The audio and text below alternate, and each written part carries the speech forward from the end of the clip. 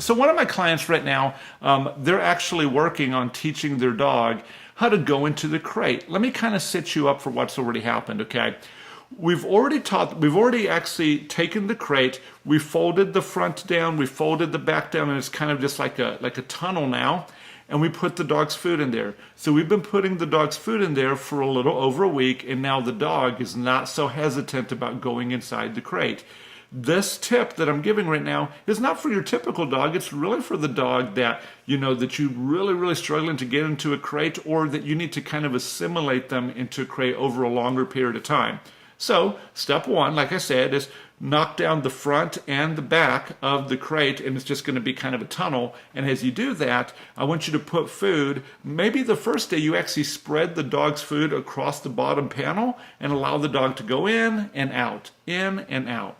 So now she's much further along, and what the dog is doing now is the back gate is closed, the door is open, and then the dog is going all the way in and eating its food. They've also added a blanket in there, and by adding that blanket, it's making it more comfortable. They haven't closed the door. Well, it's been about 2 weeks since they started this process. It's well enough time to go ahead and close the door. But here's one thing that I would do. I just had a video on YouTube just a few days ago about the Kong. So what I would do is I would make a Kong like the one I mentioned in that video.